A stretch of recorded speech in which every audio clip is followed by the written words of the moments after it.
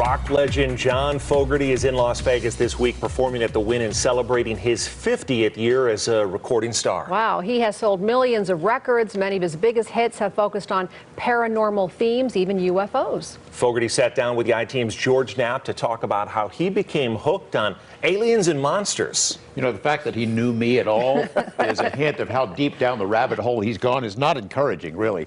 You think about some of his most famous lines in his best-known songs. He's chasing down a hoodoo. He senses a bad moon rising and all the calamity that might follow. He casts spells on you and watches the skies. We suspected there might be more to that story. John Fogerty calls his music swamp rock. His themes and lyrics are populated with spooky, swampy folklore, whether it's chasing hoodoos, dark premonitions, voodoo spells, and a zombie or two. Is he a student of UFOs and the paranormal? You know about this stuff. You're knowledgeable. Bob Lazar, Area 51, Roswell. You're up on it. Well, yeah, up on it in the sense I guess you call it a fan.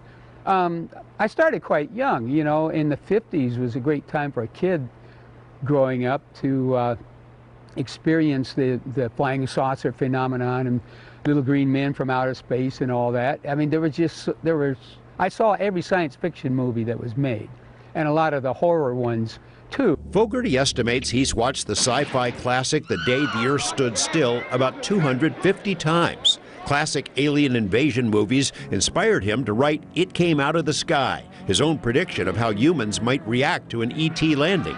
It raises the question whether he's had a personal experience. Yeah, I've never seen a UFO that I know about, nor have I seen an alien that I knew about at the time.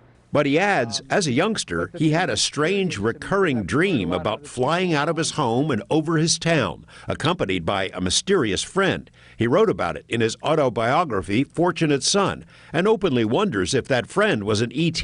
I was flying. I was up over the neighborhood, just a little bit above the telephone poles and the trees. And I'm flying around, you know, it was kind of like this. But I had this dream from the time I was 6 until I was about 12. I had the dream over and over and over and over. And there always seemed to be a presence, like a person that I was aware of, that I knew, a guide, if you will. I didn't know what to call it. In his autobiography, Fortunate Son, he speculates it might have been an extraterrestrial. Fogerty told us about an eerie spiritual epiphany he had at the gravesite of legendary bluesman Robert Johnson. It was a life-changing moment for him, and it resulted in Fogerty and some of other famous musicians digging into their pockets to put headstones at the otherwise unmarked graves of several blues artists who'd been forgotten. We have that story and a lot more from our interview. It'll be viewable on our new website, MysteryWire.com.